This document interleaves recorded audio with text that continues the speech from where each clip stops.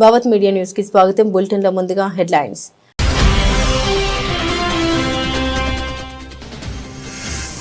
ప్రధాని Modi Putin భేటీపై America media ప్రత్యేక కథనాలు. రష్యా అమెరికా మధ్య భారత్ వ్యూహాత్మక సమతుల్యతకు పరీక్షగా అభివర్ణన.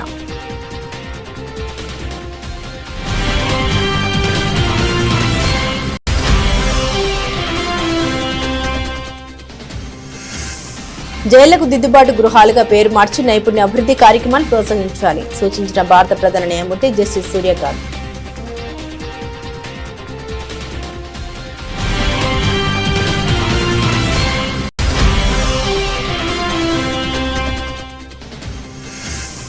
ఇండిగో విమానాల జాప్యం మరియు రద్దులపై స్పందించిన కేంద్ర మంత్రి అర్జున్ రామ్ మేఘ్వాల్. క్రమంగా పరిస్థితులు మెరుగుపడుతున్నాయని వెల్లడి.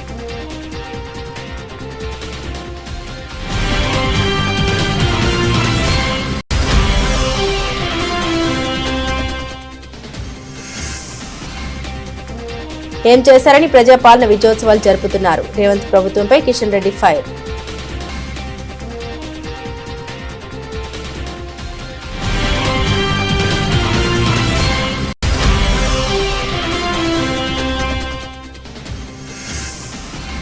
తెలంగాణ రైజింగ్ గ్లోబల్ సదస్సు. రేవంత్ రెడ్డి విహంగ వీక్షణం. ఉత్తమ్ కోమటిరెడ్డితో కలిసి ముఖ్యమంత్రి ఏరియల్ సర్వే.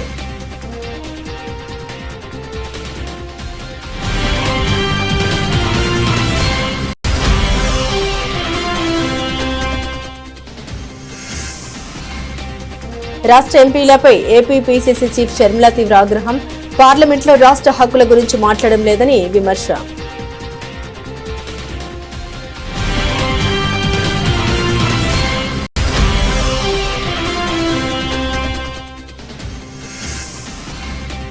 దేవరకొండలో పలు అభివృద్ధి పనులకు సీఎం రేవంత్ రెడ్డి శంకుస్థాపనలు. రైతుల్ని కేసీఆర్ మోసం చేశారని విమర్శ.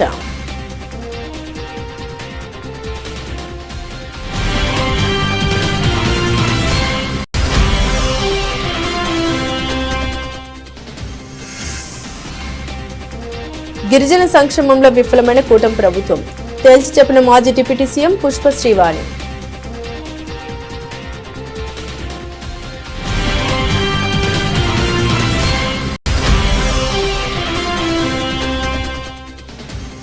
నాలుగు లేబర్ కోడ్లపై బీఆర్ఎస్ వర్కింగ్ ప్రెసిడెంట్ కేటీఆర్ అధ్యక్షతన కార్మిక సంఘాల రౌండ్ టేబుల్ సమావేశం. లేబర్ కోడ్లపై ఉమ్మడి ఉద్యమాలకు వక్తల పిలుపు.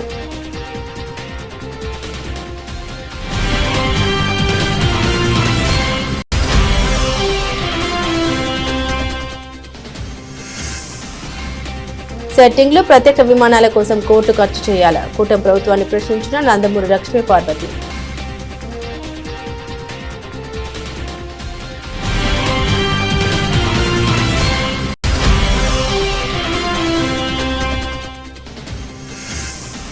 వైజాగ్ వన్డేలో టీమిండియా ఘన విజయం. సిరీస్ కైవసం.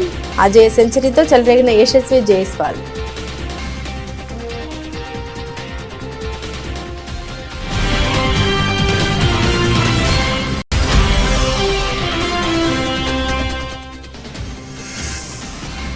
టర్కీలో power lifting tourney. Dead lift లో ఫస్ట్ మొత్తం మోగించిన ప్రగతి.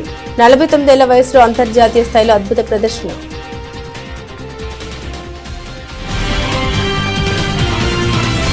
ప్రధాని నరేంద్ర మోదీ రష్యా అధ్యక్షులు వ్లాదిమిర్ పుతిన్ మధ్య ఢిల్లీలో జరిగిన శిఖరాగ్ర సమావేశంపై అమెరికాలోని ప్రముఖ మీడియా సంస్థలు ప్రత్యేక దృష్టి సారించాయి. రష్యా, పాశ్చాత్య దేశాల మధ్య భారత్ అనుసరిస్తున్న వ్యూహాత్మక సమతుల్యతకు ఈ భేటీ ఒక పరీక్ష అని విశ్లేషించాయి. ఇంధనం, రక్షణ సంబంధాలు, వాషింగ్టన్ నుండి వస్తున్న ఒత్తిళ్ల నడుమ ఇరు నేతల మధ్య ఉన్న వ్యక్తిగత బంధం ఈ పర్యటనను ఎలా ప్రభావితం చేసిందో తమ కథనాల్లో వివరించాయి. వాల్ స్ట్రీట్ జర్నల్ తన కథనంతో రష్యా నుండి తక్కువ ధరకు ముడి చమురు కొనుగోలు చేస్తున్న భారత్పై అమెరికా ద్వితీయ శ్రేణి ఆంక్షల ఒత్తిడి పెరుగుతున్న సమయంలో ఈ భేటీ జరిగిందని పేర్కొంది. ఇంధన భాగస్వామ్యంపై ఒత్తిడి ఉన్నప్పటికీ రష్యా నిరంతరాయంగా ఇంధనాన్ని సరఫరా చేయడానికి సిద్ధంగా ఉందని పుతిన్ హామీ ఇచ్చారని, ఇంధన భద్రత ఇరు దేశాల మధ్య బలమైన అంశమంటూ మోదీ అభివర్ణించారని తెలిపింది. వాషింగ్టన్ పోస్ట్ ప్రకారం ఈ సమావేశం భారత్ విదేశాంగ విధానంలో ఒక కీలక ఘట్టం. ఉక్రెయిన్ శాంతి చర్చల కోసం వాషింగ్టన్ ఒత్తిడి తెస్తున్నప్పటికీ మాస్కోతో పాత సంబంధాల్ని కొనసాగించడానికి భారత్ చేస్తున్న ప్రయత్నాలకు ఇది నిదర్శనమని పేర్కొంది. పుతిన్ కు మోదీ ఆత్మీయ ఆలింగనంతో స్వాగతం పలకడాన్ని 2030 నాటికి ఏడాదికి ద్వైపాక్షిక వాణిజ్యాన్ని $100 బిలియన్ పెంచాలన్న లక్ష్యాన్ని ఈ కథనం హైలైట్ చేసింది. జైళ్లకు దిద్దుబాటు గృహాలుగా పేరు మార్చాలని మరియు నైపుణ్యాభివృద్ధి కార్యక్రమాలను ప్రోత్సహించాలని భారత ప్రధాన న్యాయమూర్తి జస్టిస్ సూర్యకాంత్ సూచించారు. హర్యానాలోని గురుగ్రామ్ను సీజేఐ సందర్శించారు. మహిళలు సహా ఖైదీలు ఉపాధిని పొందేందుకు మరియు బాధ్యతాయుతమైన పౌరులుగా తిరిగి కలిసిపోవడానికి ధ్రువపత్రాలు పొందాలని ప్రోత్సహించారు. ఈ సందర్భంగా భారత ప్రధాన న్యాయమూర్తి సూర్యకాంత్ మాట్లాడారు. గతంలోని తప్పులను మంచి పనులతో ఎదుర్కొనేవాడు చివరికి మేఘాల వెనుక నుండి చంద్రుడు ఉద్భవించినట్లుగా ప్రపంచానికి స్పష్టత మరియు వెలుగును తెస్తాడని ఈ పదాలు స్వయంగా అపారమైన నైతిక బరువును కలిగి ఉన్నప్పటికీ ఈ పద్యం వెనుక ఉన్న కథను తాను పంచుకోవాలనుకుంటున్నానన్నారు. When yesterday night I was just penning some my thoughts on the subject, I recollected Lord Buddha, what he said in Dhampada, and I quote, "He who counters the wrongs of their past with acts of good brings clarity and light to the world, like the moon finally emerging from behind the clouds."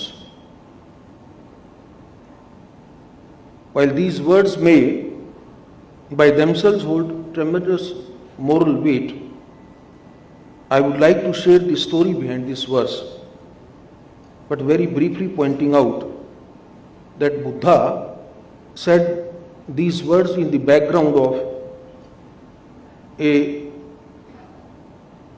notorious criminal, Angulimala, who used to indulge in pervert crimes and would always wore the fingers of the victims whom he will kill, and he will convert their fingers into garland. In the forest, Lord Buddha met him and he wanted to kill Buddha also. And that conversation for a few seconds, that message Lord Buddha gave to him, completely changed the personality of Angulimala. He became a monk, dedicated the remaining life to the service of the society, and eventually he died not as a symbol of fear, but as a testament to what human beings are capable of when they are offered a path back. IndiGo విమానాల జాప్యం మరియు రద్దులపై కేంద్ర మంత్రి అర్జున్ రామ్ మేఘ్వాల్ స్పందించారు.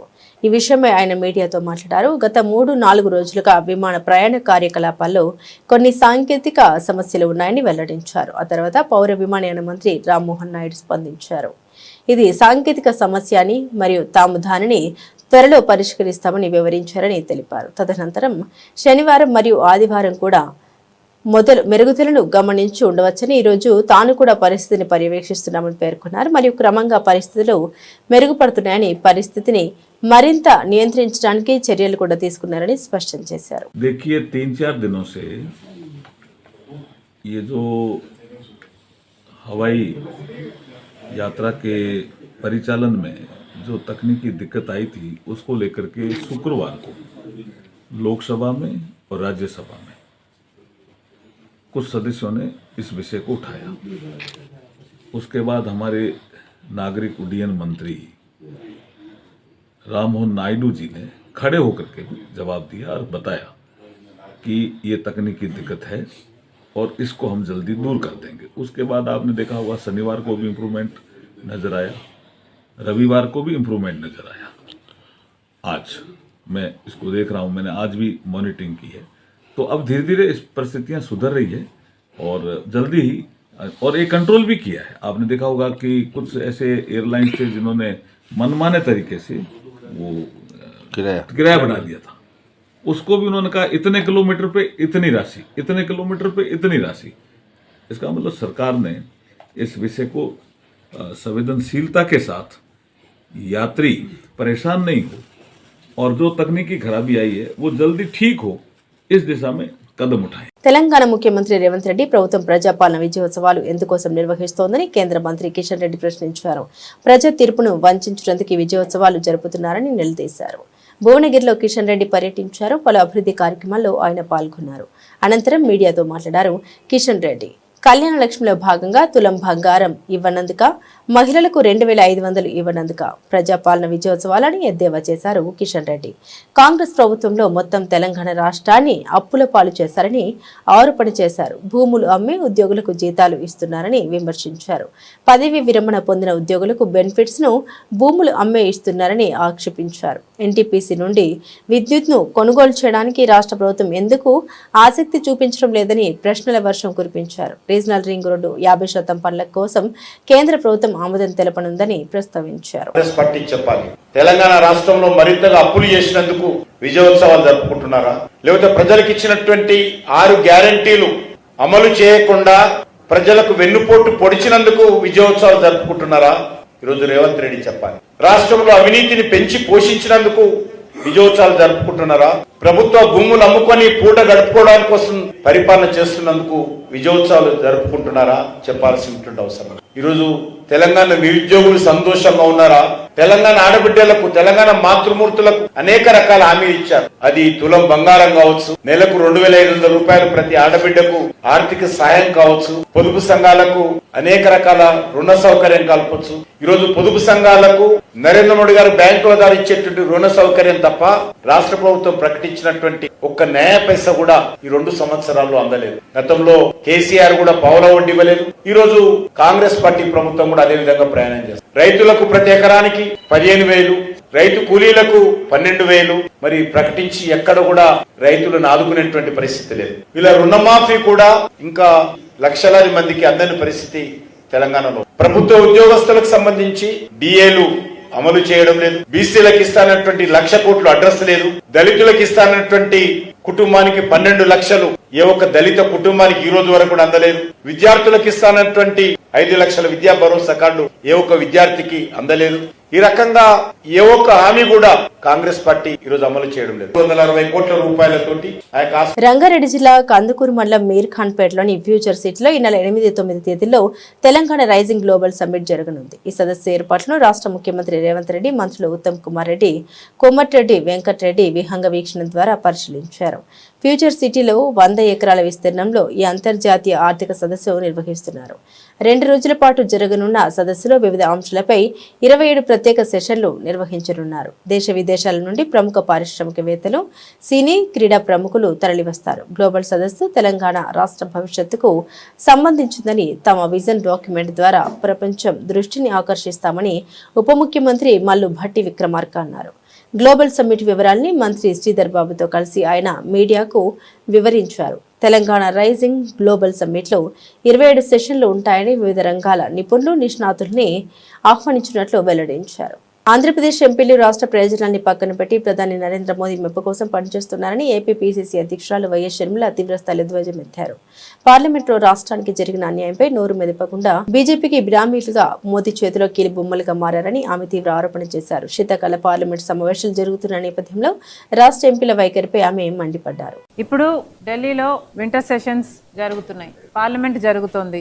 మన రాష్ట్రానికి సంబంధించి 25 మంది లోక్సభ ఎంపీలు ఉన్నారు, 11 మంది రాజ్యసభ ఎంపీలు ఉన్నారు. అంటే మొత్తం 36 మంది ఎంపీలు ఉన్నారు. కనీసం ఈ సెషన్లోనైనా మన రాష్ట్ర ప్రజల హక్కుల కోసం కొట్లాడతారేమో అని ప్రతిరోజు చూస్తూనే ఉన్నాం, ఎదురు చూస్తూనే ఉన్నాం. కానీ ఇప్పటికీ మన రాష్ట్ర ఎంపీలు చాలా బుద్ధిమంతులుగా చక్కగా కూర్చుంటున్నారు. మోడీ గారు మాట్లాడితే చప్పట్లు కూడా కొడుతున్నారు. ఇప్పటికీ మన విభజన హక్కులు నెరవేరక 11 సంవత్సరాలు అయిపోయింది. మరి విభజన హామీలు ఆంధ్ర రాష్ట్ర ప్రజల హక్కు అన్న విషయం మన ఎంపీలకి నిజంగానే గుర్తులేదో, లేకపోతే గుర్తున్నా పట్టించుకోరో, గుర్తు లేనట్టే నటిస్తున్నారో మాకైతే అర్థం కావటం లేదు. ఎందుకంటే రాష్ట్ర ప్రయోజనాల కంటే వీళ్ళ రాజకీయాలే వీళ్ళకు ముఖ్యం అనిపిస్తుంది. మన హామీల మీద, మన హక్కుల మీద మన రాష్ట్ర ప్రజల తరపున పోరాటం చేయడం కంటే మోడీ గారి మెప్పే వీళ్లకు మిన్నా అనిపిస్తుంది. ఢిల్లీలో రాష్ట్రంలో ఎంపీలుగా పదవులు అనుభవించడం మీద ఉన్న శ్రద్ధ ఆంధ్ర రాష్ట్ర ప్రజల హక్కుల మీద లేనట్టుగా కనిపిస్తుంది. అసలు నిజానికి ఏమనిపిస్తుందంటే పేరుకు మాత్రమే వీళ్ళంతా వేరువేరు పార్టీలుగా టీడీపీ గానో, జనసేన గానో, వైసీపీ గానో పేరుకు మాత్రమే వేరువేరుగా ఉన్నారు, కానీ నిజానికి వీళ్ళంతా బీజేపీ పార్టీ బినామీలా అనిపిస్తుంది. తమ ప్రభుత్వంలో సంక్షేమం, అభివృద్ధి రెండు కళ్ళుగా పాలన సాగుతోందని తెలంగాణ ముఖ్యమంత్రి రేవంత్ రెడ్డి వ్యాఖ్యానించారు.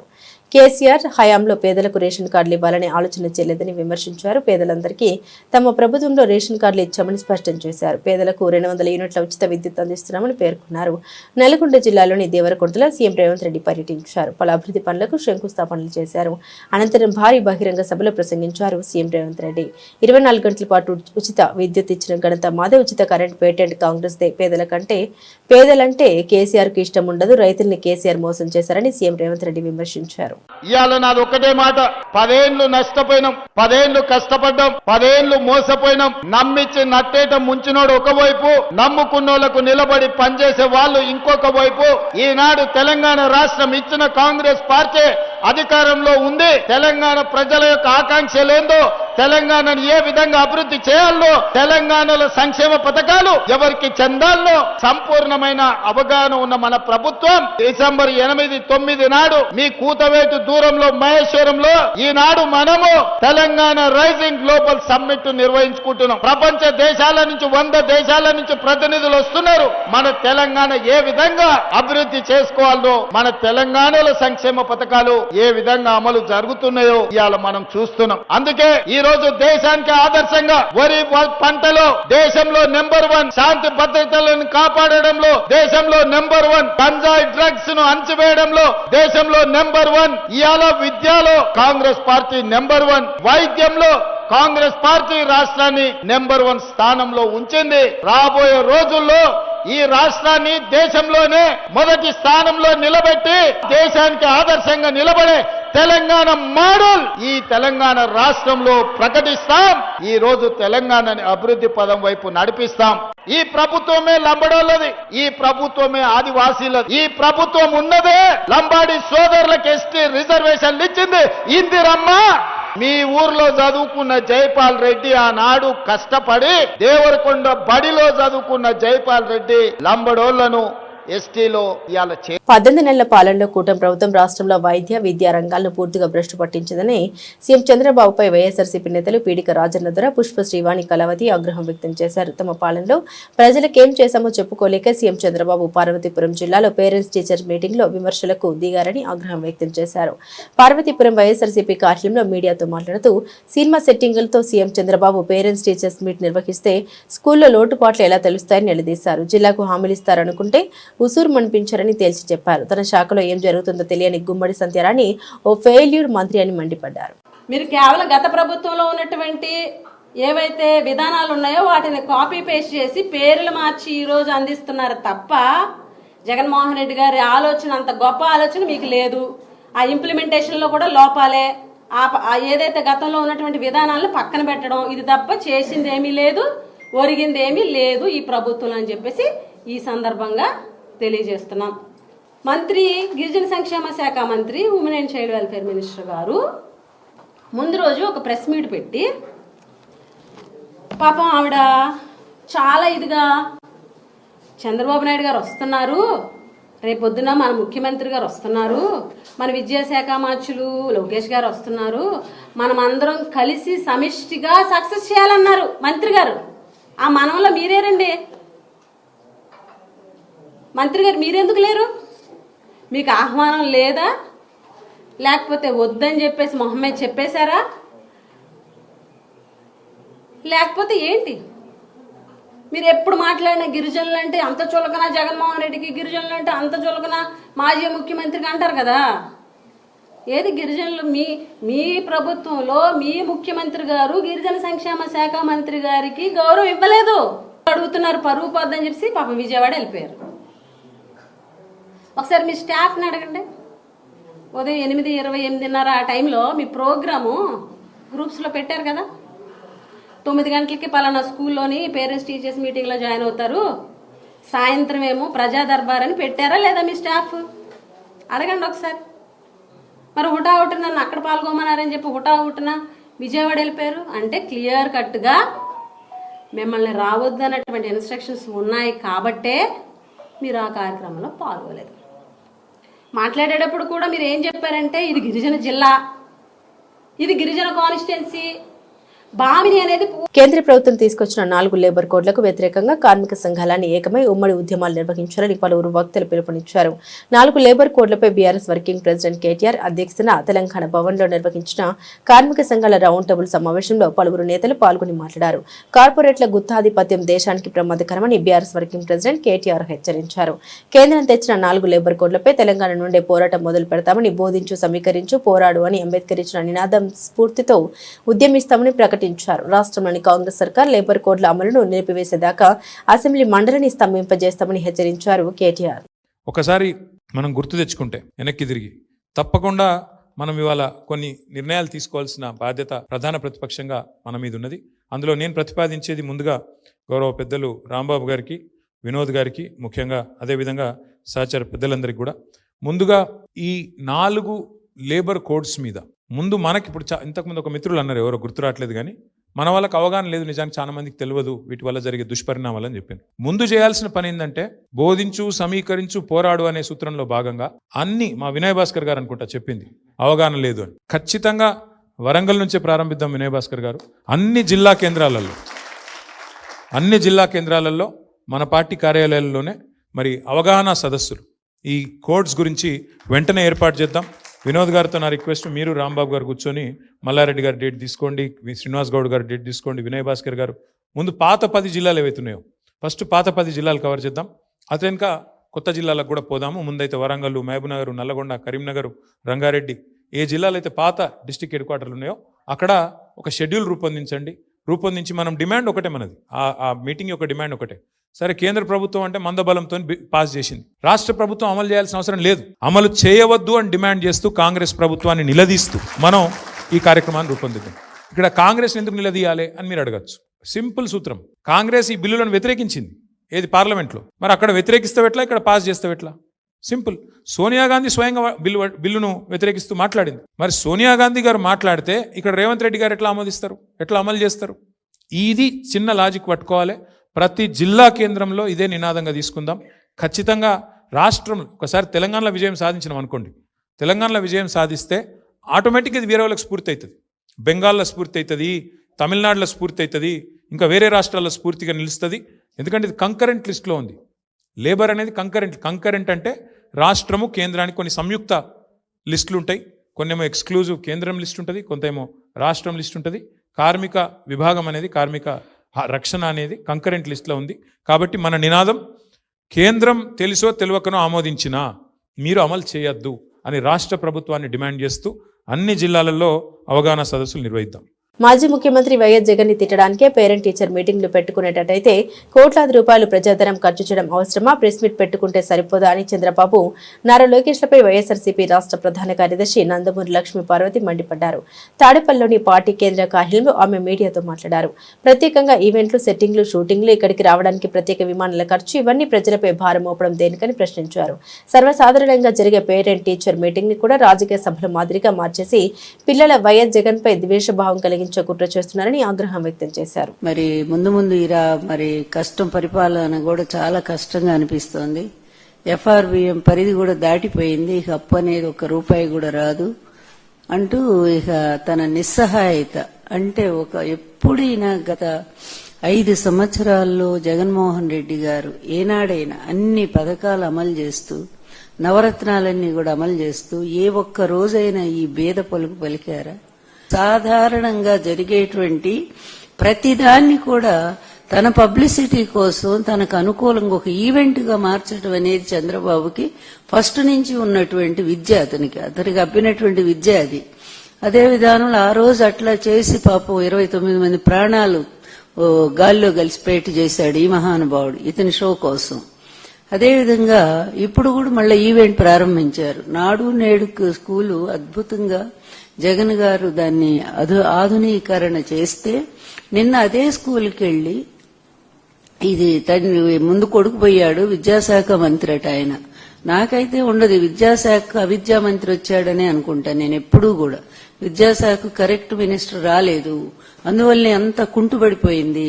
స్కూల్స్ లో పిల్లలు వెళ్తున్నారా అండి? ఎంత శాతం? దాదాపుగా 1/4% పిల్లలంతా తగ్గిపోయారు. వచ్చిన దగ్గర నుంచి విద్యా వ్యవస్థ సర్వనాశనం అయిపోయింది. నిన్న కూడా ఈ భామిని స్కూల్లో ఒక ఈవెంట్, దానికి షో ప్లాన్ చేశారు. చక్కగా ఓ సెట్టింగ్ వేశారు, భారీ సెట్టింగ్.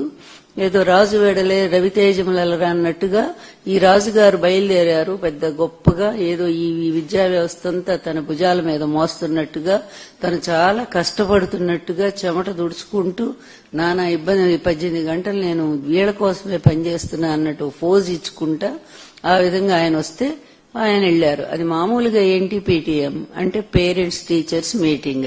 అది సర్వసాధారణంగా. దక్షిణాఫ్రికాతో జరిగిన నిర్ణయాత్మక 3వ వన్డేలో టీమిండియా జయభేరి ముగించింది. విశాఖపట్నం వేదికగా జరిగిన ఈ మ్యాచ్ లో 9 వికెట్ల తేడాతో సఫారీ జట్టును చిత్తు చేసి 3 మ్యాచ్ల సిరీస్ ను 2-1 తేడాతో కైవసం చేసుకుంది. 271 పరుగుల లక్ష్య ఛేదనలో బరిలోకి దిగిన భారత్ కు ఓపెనర్లు యశస్వి జైస్వాల్, రోహిత్ శర్మ అద్భుతమైన శుభారంభాన్ని అందించారు. రోహిత్ శర్మ దూకుడుగా ఆడగా యశస్వి జైస్వాల్ సెంచరీతో కదం తొక్కాడు. జైస్వాల్ స్కోర్లో 12 4లు 2 6లు ఉన్నాయి. రోహిత్ అవుట్ అయ్యాక క్రీజులోకి వచ్చిన విరాట్ కోహ్లీ కూడా మెరుపు ఇన్నింగ్స్ ఆడటంతో భారత్ 39.5 ఓవర్లలో కేవలం 1 వికెట్ మాత్రమే కోల్పోయి లక్ష్యాన్ని సునాయాసంగా ఛేదించింది. అంతకుముందు టాస్ గెలిచి బౌలింగ్ ఎంచుకున్న భారత్ దక్షిణాఫ్రికాను 47.5 ఓవర్లలో 270 పరుగులకు ఆల్అౌట్ చేసింది. భారత బౌలర్లలో కుల్దీప్ యాదవ్, ప్రసిద్ధి కృష్ణ చెరో 4 వికెట్లతో సఫారీ పతనాన్ని శాసించారు. హర్షదీప్ సింగ్, రవీంద్ర జడేజా చెరో వికెట్ పడగొట్టారు. తెలుగు సినిమాలో క్యారెక్టర్ ఆర్టిస్ట్ గా తనకంటూ ప్రత్యేక గుర్తింపు తెచ్చుకున్న నటి ప్రగతి అంతర్జాతీయ క్రీడా వేదికపై సత్తా చాటారు. 49 ఏళ్ల వయసులో అద్భుతమైన ప్రతిభ కనబరిచి టర్కీలో జరిగిన Asian open and masters power lifting championship 2025లో ఏకంగా 4 పతకాలు సాధించారు. డెడ్ లిఫ్టింగ్ విభాగంలో స్వర్ణ పతకం గెలుచుకుని అందరినీ ఆశ్చర్యపరిచారు. ఆమె విజయంపై సినీ ప్రముఖులు, అభిమానులు సోషల్ మీడియా వేదికగా అభినందనలు తెలుపుతున్నారు. ఈ టర్కీలో జరిగిన ఈ ఛాంపియన్షిప్ లో మాస్టర్స్ కేటగిరీలో పోటీ పడిన ప్రగతి తన కఠోర శ్రమకు తగ్గ ఫలితాన్ని అందుకున్నారు. డెడ్ లిఫ్ట్ లో స్వర్ణం, ఓవరాల్ పవర్ లిఫ్టింగ్ లో రజతం, బెంచ్ ప్రెస్, స్క్వాట్ లిఫ్ట్ విభాగంలోనూ రజత పతకాలు సాధించి సత్తా చాటారు. ఈ విజయానందాన్ని ఆమె తన ఇన్స్టాగ్రామ్ లో పంచుకోగా ఆ వీడియో సోషల్ మీడియాలో వైరల్ గా మారింది. వయసు కేవలం ఒక సంఖ్య మాత్రమేనని నిరూపిస్తూ ఎంతో మంది మహిళలకు ప్రగతి స్ఫూర్తిగా నిలుస్తున్నారు. బులెటిన్ ముగించే ముందు హెడ్లైన్స్ మరోసారి.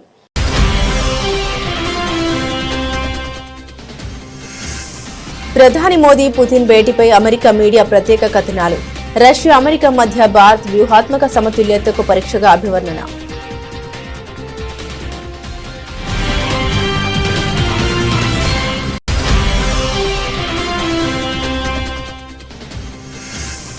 జైళ్లకు దిద్దుబాటు గృహాలుగా పేరు మార్చి నైపుణ్య అభివృద్ధి కార్యక్రమాన్ని ప్రోత్సహించాలి సూచించిన భారత ప్రధాన న్యాయమూర్తి జస్టిస్ సూర్యకాంత్.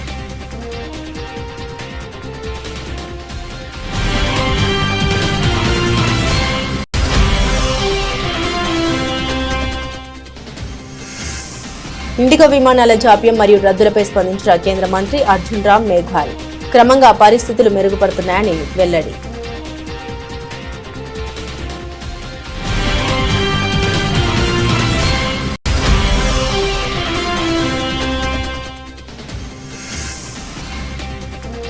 ఏం చేశారని ప్రజాపాలన విజయోత్సవాలు జరుపుతున్నారు. రేవంత్ ప్రభుత్వంపై కిషన్ రెడ్డి ఫైర్.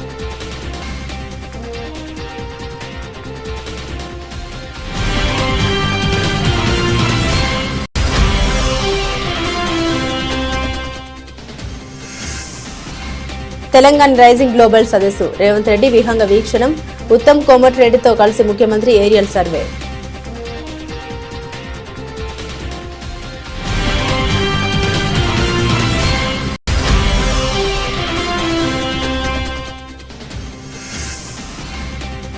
రాష్ట్ర ఎంపీలపై ఏపీ పీసీసీ చీఫ్ షర్మిల తీవ్ర ఆగ్రహం. పార్లమెంట్లో రాష్ట్ర హక్కుల గురించి మాట్లాడడం లేదని విమర్శ.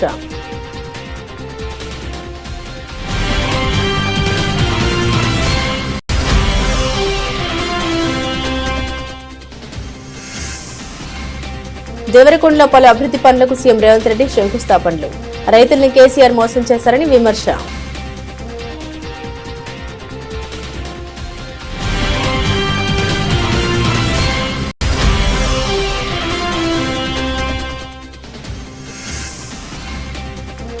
గిరిజన సంక్షేమంలో విఫలమైన కూటమి ప్రభుత్వం తేల్చి చెప్పిన మాజీ డిప్యూటీ సీఎం పుష్ప శ్రీవాణి.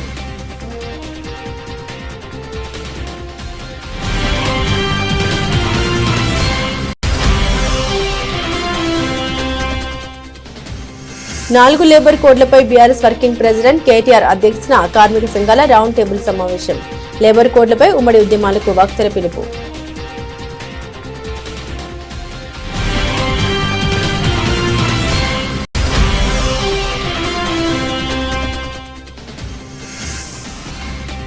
సెట్టింగ్లో ప్రత్యేక విమానాల కోసం కోట్లు ఖర్చు చేయాలా? కూటమి ప్రభుత్వాన్ని ప్రశ్నించిన నందమూరి లక్ష్మీ పార్వతి.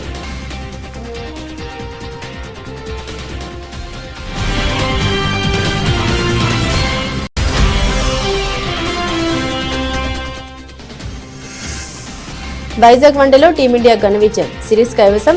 అజయ్ సెంచరీతో చెలరేగిన యశస్వి జైస్వాల్.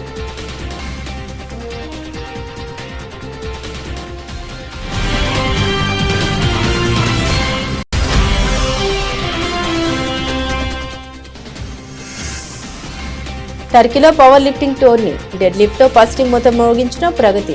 49 ఏళ్ల వయసులో అంతర్జాతీయ స్థాయిలో అద్భుత ప్రదర్శన.